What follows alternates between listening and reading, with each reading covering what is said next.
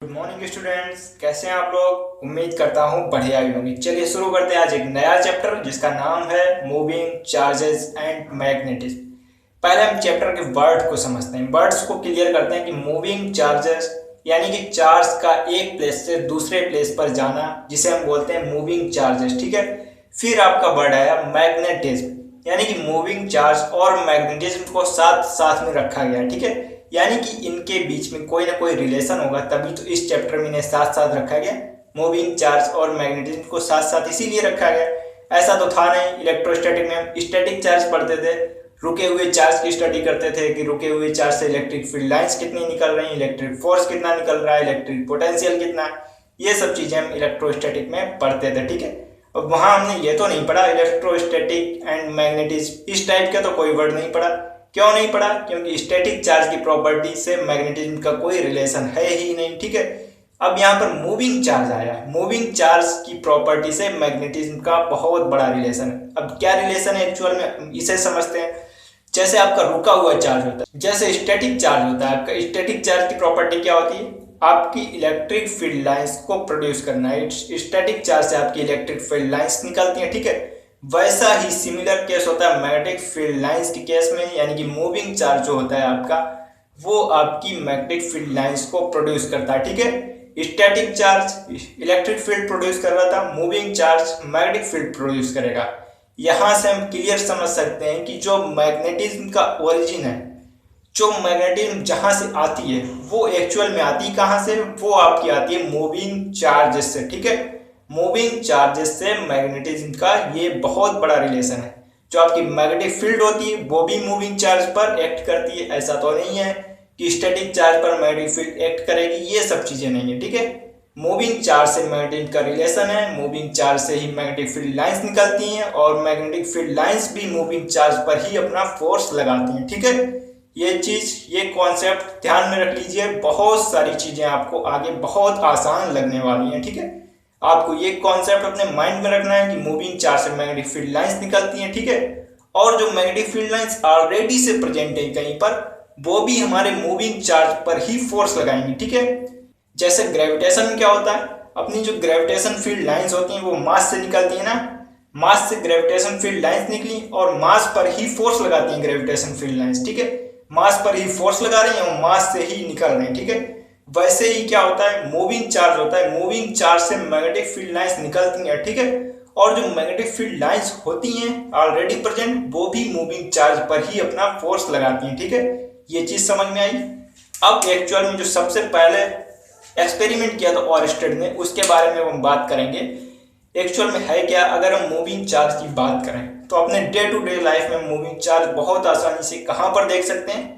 एक current carrying wire में। आपका जो करंट कैरिंग वायर होता है उसमें करंट फ्लो करने का मतलब होता है चार्ज का फ्लो करना है। चार्ज का फ्लो करने का मतलब चार्ज एक प्लेस से दूसरे प्लेस पर जाना, यानी कि चार्ज का मूवमेंट होना। ठीक है, चार्ज मूव कर रहा है करंट कैरिंग वायर के अंदर। जब आपका चार्ज मूव कर रहा है, ठीक है, चार्ज जब मूव कर रहा है तो उसके चारों तरफ मैग्नेटिक फील्ड लाइंस भी निकलेंगी। ठीक है, अभी हमने बताया मूविंग चार्ज की वजह से मैग्नेटिक फील्ड लाइंस निकलती हैं।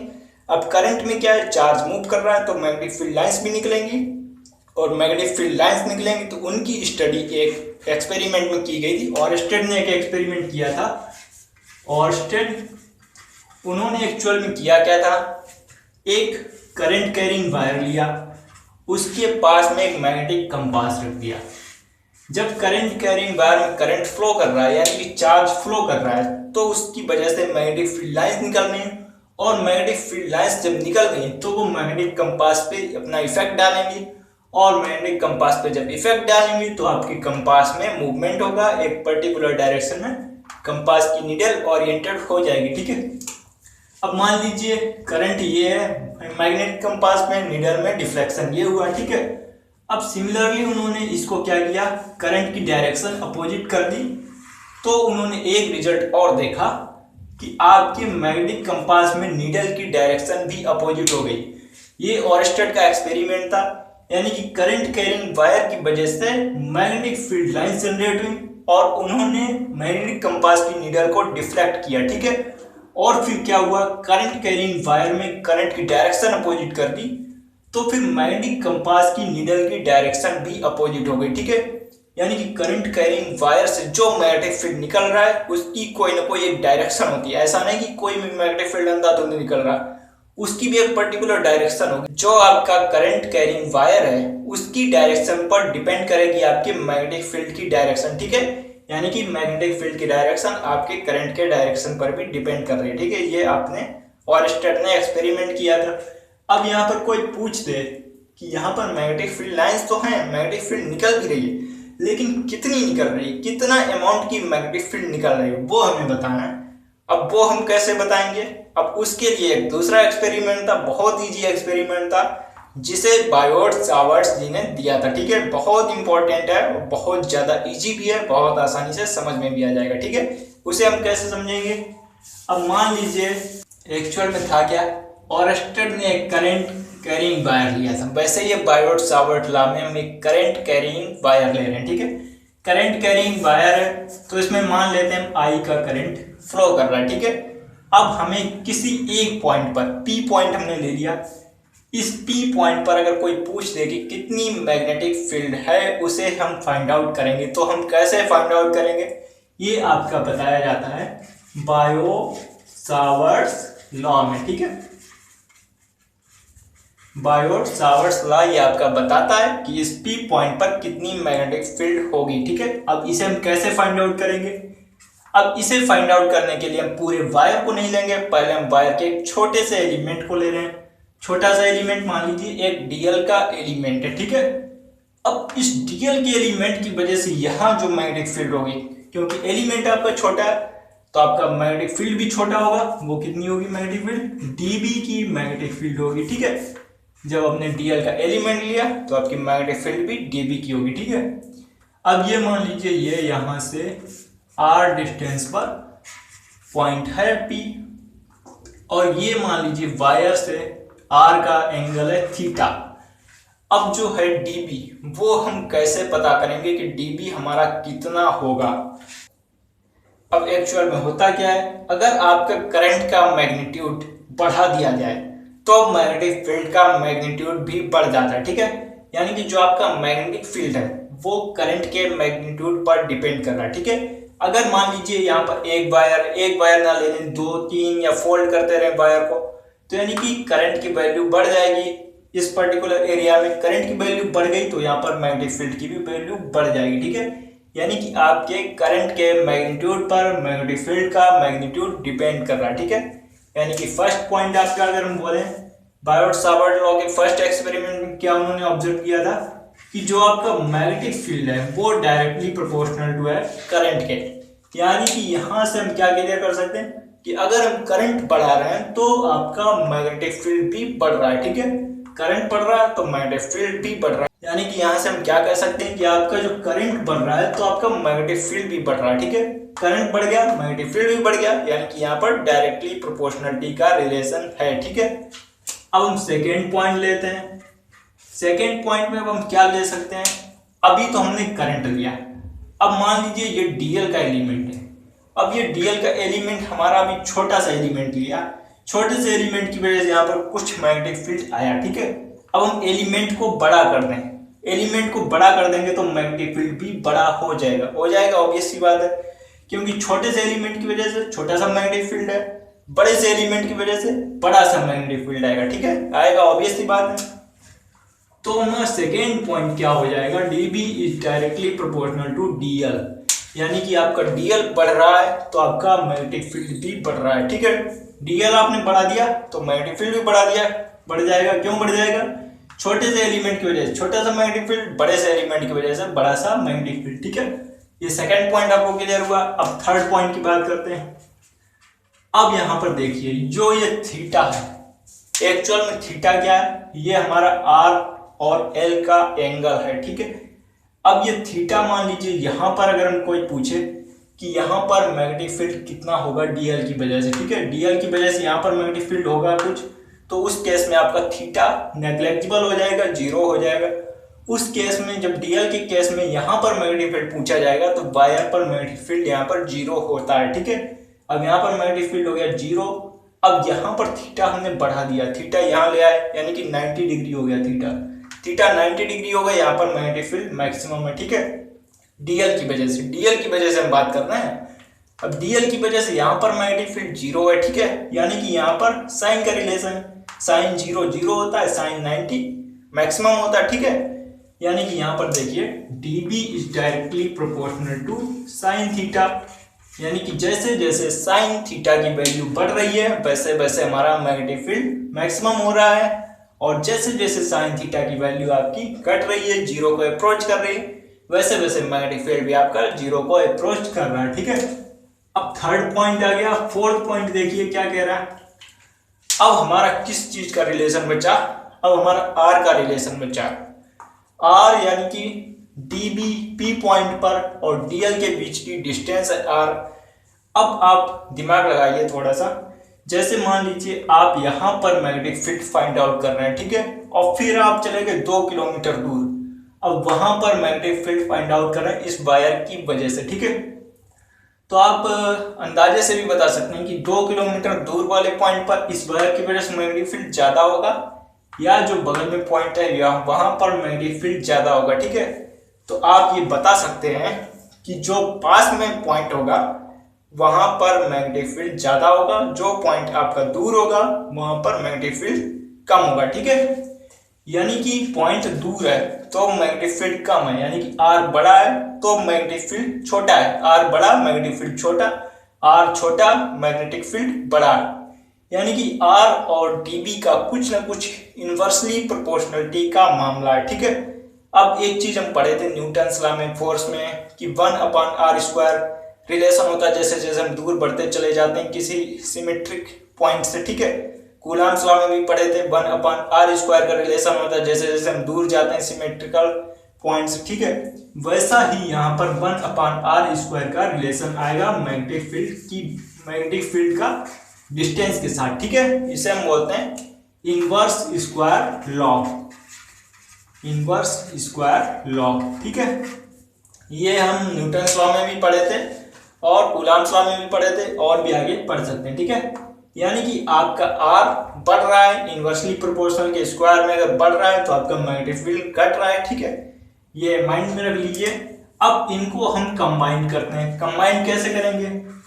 dB is directly proportional to I है, dB directly proportional to DL है, dB directly proportional to sine theta है, dB inversely proportional to r² है, ठीक है। ये हमने कर दिया कंबाइंड।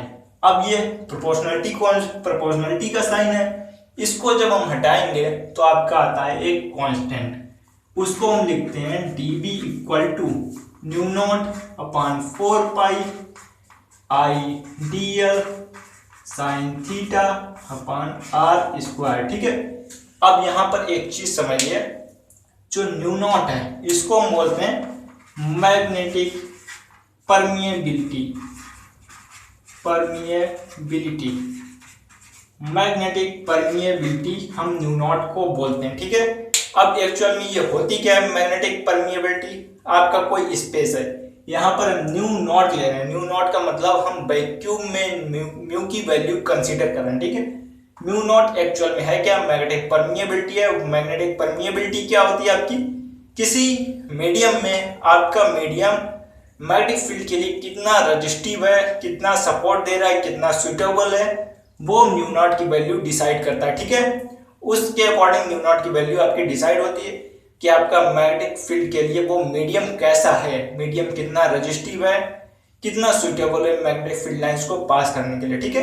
यानी कि आपको जो μ0 है वो आपकी मीडियम की प्रॉपर्टी शो कर रहा है, मीडियम की प्रॉपर्टी शो कर रहा है μ0, ठीक है। μ0/4 पाई की वैल्यू क्या होती है एक्चुअल में, इसकी वैल्यू आप ध्यान रख लीजिए, μ0/4 पाई होता है 10⁻⁷, ठीक है। अब इसकी अगर कोई यूनिट पूछ दे, इसकी यूनिट क्या होगी μ0 की, यूनिट कैसे हम पता करेंगे। अब जैसे मैग्नेटिक फील्ड है, मैग्नेटिक फील्ड की यूनिट होती है टेस्ला, ठीक है, ध्यान रख लीजिए, मैग्नेटिक फील्ड की यूनिट होती है टेस्ला। करंट की यूनिट है एम्पियर, डीएल की यूनिट है मीटर, r² की है मीटर स्क्वायर, ठीक है। तो यानी कि अगर हम μ0 की यूनिट पता करेंगे तो dB यहाँ पर है तो टेस्ला, फिर करंट नीचे जाएगा यहाँ पर तो एम्पियर इनवर्स, ठीक है, और फिर मीटर से मीटर स्क्वायर कैंसिल तो मीटर, अब यहाँ जाएगा तो आपका मीटर, ठीक है। यानी टेस्ला एम्पियर इनवर्स मीटर आपकी म्यू नॉट की यूनिट आ जाएगी, ठीक है। आपको म्यू नॉट की यूनिट भी पता चल गई, टीबी का फार्मूला भी पता चल गया। अब यहाँ पर एक चीज और आई कि मैग्नेटिक फील्ड की डायरेक्शन हम कैसे पता करेंगे। अब ये तो हमने लिखा मैग्नीट्यूड के फॉर्म में, अब इसको हम वेक्टर के फॉर्म में लिखेंगे। वेक्टर के फॉर्म में अगर हम लिखेंगे तो DB vector equal to mu naught upon 4 pi I DL vector cross R cap upon R square, इसे हमने वेक्टर के फॉर्म में लिख दिया। अब यहाँ पर देखिए एक चीज, डीएल वेक्टर जो करंट फ्लो कर रहा है उसके डायरेक्शन में हम डीएल वेक्टर ले लिए, ठीक है। आर वेक्टर इस डायरेक्शन में ले लिए। अब यहाँ पर देखना कि डीएल क्रॉस आर हम कर रहे हैं तो वो मैग्नेटिक फील्ड की डायरेक्शन शो कर रहा है, ठीक है। अब जैसे एक चीज आपने पढ़ी होगी, जैसे ये है ए वेक्टर है, ये बी वेक्टर है, ठीक है। अब यहाँ कोई पूछ दे A vector cross B vector equal to C vector है। अब कोई पूछते कि आपकी सी वेक्टर की डायरेक्शन क्या होगी, अब उसे हम कैसे पता करेंगे। ए वेक्टर की डायरेक्शन में अपनी उंगलियां रखिए, बी वेक्टर की डायरेक्शन उसे फोल्ड कीजिए, जो आपका थंब आएगा वो सी वेक्टर की डायरेक्शन शो करेगा, ठीक है। वैसे ही हमें यहाँ करना है, डीएल वेक्टर की डायरेक्शन उंगलियां रखनी है, ठीक है। डीएल वेक्टर अपवर्ड है, अपवर्ड हमने उंगलियां रखी, और आर वेक्टर की डायरेक्शन में उंगलियां फोल्ड करनी है। आर वेक्टर ये है, आर वेक्टर की डायरेक्शन उंगलियां फोल्ड कर दी तो आपका जो थंब आ रहा है, थंब डाउनवर्ड आ रहा है, तो आपका डाउनवर्ड मैग्नेटिक फील्ड की डायरेक्शन होगी, ठीक है। दोबारा समझिए, डीएल के डायरेक्शन में हमने हाथ खोल दिया, अपनी उंगलियां फिंगर्स हैं, डीएल के डायरेक्शन सारी फिंगर्स डीएल के डायरेक्शन में कर दी, डीएल के डायरेक्शन कर दी, ठीक है। और आर वेक्टर की डायरेक्शन में फिंगर्स को हम फिर फोल्ड कर रहे हैं, फिर आपका जो थंब आ रहा है वो डीबी की डायरेक्शन शो करेगा। थंब डाउनवर्ड जा रहा है, डीबी की डायरेक्शन डाउनवर्ड होगी, ठीक है।